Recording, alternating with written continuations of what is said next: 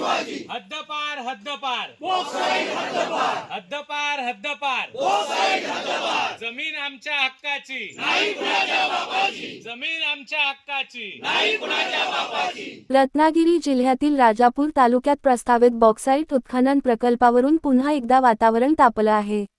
नाणार आणि सागवे गावांमध्ये प्रस्तावित या प्रकल्पाला स्थानिक ग्रामस्थांनी तीव्र विरोध दर्शवला असून विनाशकारी बॉक्साईट खाण प्रकल्प विरोधी संघर्ष समिती आक्रमक झाली आहे.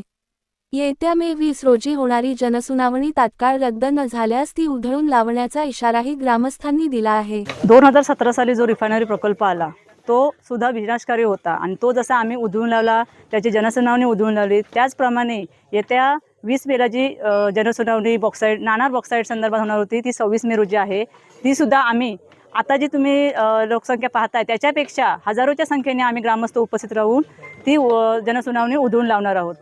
प्रस्तावित बॉक्साईट प्रकल्पाला इथल्या नाणार कुंभवडे परिसरातील सगळ्या जनतेचा ठाम विरोध आहे. त्याची काही शास्त्रीय कारणं किंवा पर्यावरणविषयक कारणं आपल्याला लक्षात घेणं आवश्यक आहे. नुसता भावनिक विरोध करून जमणार नाही, तर आपल्याला शास्त्रीय भूमिका विचारात घेणं आवश्यक आहे. कारण इथेच पाण्याचा मोठा प्रश्न निर्माण होणार आहे. कारण बॉक्साईटचा जो स्तर आहे तो नैसर्गिक एक स्पंजसारखं काम करतो. पावसाचं पाणी शोषून घेणं आणि खालच्या पातळीमध्ये तो टिकवून ठेवणं हे जे काम आहे ते उत्खनन केल्यामुळे नष्ट होईल आणि पाण्याच्या विहिरी, पाण्याच्या बोरवेल्स वगैरे सगळ्या कोरड्या पडतील. तसंच इथल्या ज्या धुळीमुळे जे प्रदूषण होणार आहे त्या धुळीमुळे प्रदूषण जे होईल त्या रासायनिक प्रकल्पामुळे, रासायनिक प्रक्रियेमुळे देखील पाणी दूषित होईल आणि पाणी दूषित झालं तर पिण्याचं पाणी देखील पिणं शक्य जनतेला होणार नाही.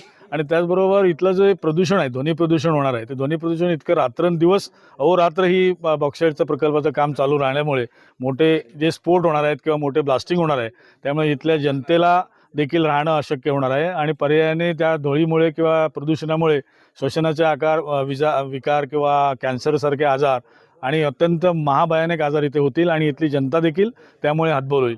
त्यामुळे या प्रकल्पाला या इथल्या जनतेचा ठाम विरोध आहे. या जनतेला शाश्वत विकास पाहिजे आहे. शाश्वत विकास असेल तर इथल्या जनता स्वागत करायला तयार आहे, पण विनाशकारी प्रकल्पाला इथला ठाम विरोध आहे आणि म्हणून ही जनसुनावणी रद्द झाली पाहिजे.